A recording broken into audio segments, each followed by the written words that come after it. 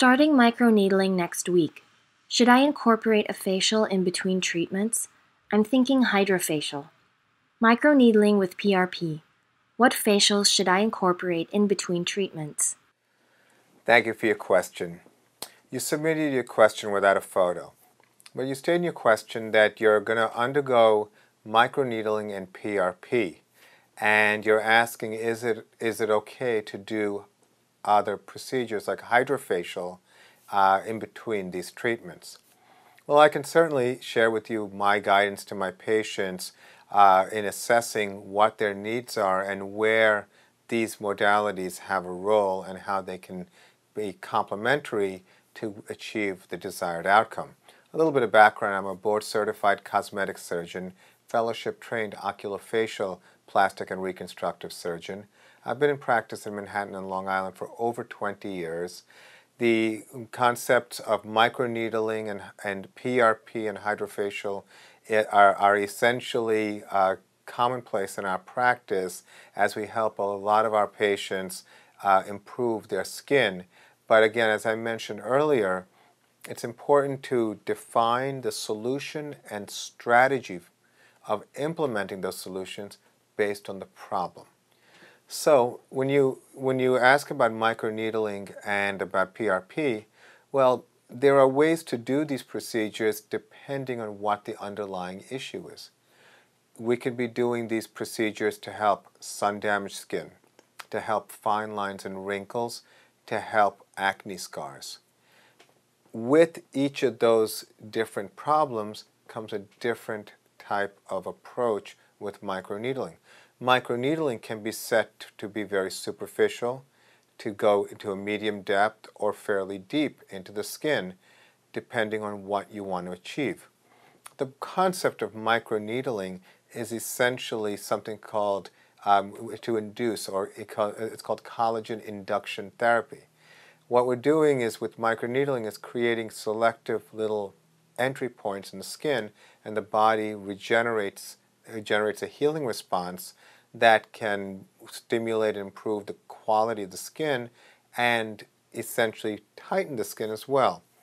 PRP enhances very effectively that effect of collagen induction therapy, so that works very well in complementing each other, and it's very, very helpful. I use it fairly often, in particular for crow's feet lines around the eyes.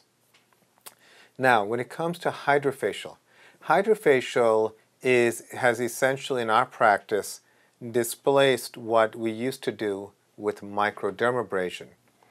Basically, microdermabrasion was very effective to try to take off the top layers of dead skin and refresh the skin in a very controlled way. And it allowed for that same day look, nice look afterwards by typically my esthetician would do a microdermabrasion and then do like some type of a hydration mask or some type of other modality to help improve the glow of the skin. Well, HydraFacial now does that with a combination of water and as well as some active ingredients such as glycolic acid to infuse into the skin, and essentially puts everything together.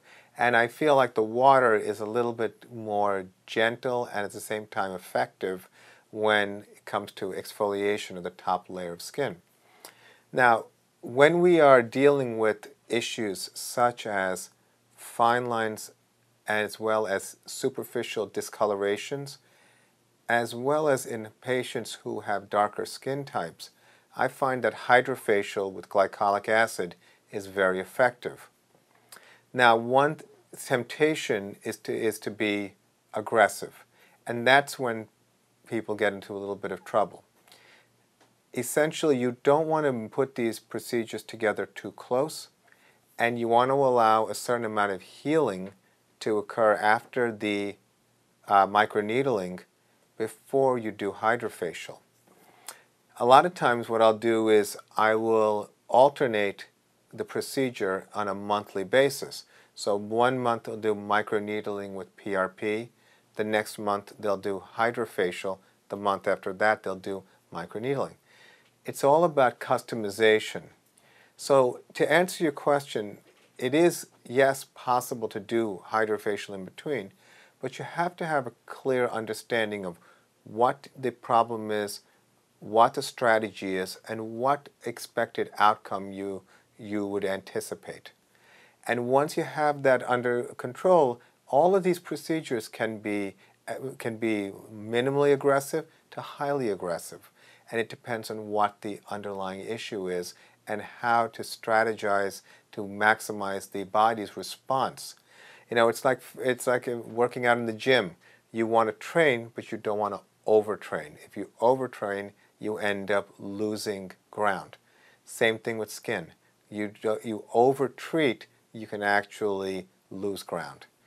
So ask your doctor these questions and learn about what strategy will work best for you, and take it from there. So I hope that was helpful. I wish you the best of luck, and thank you for your question.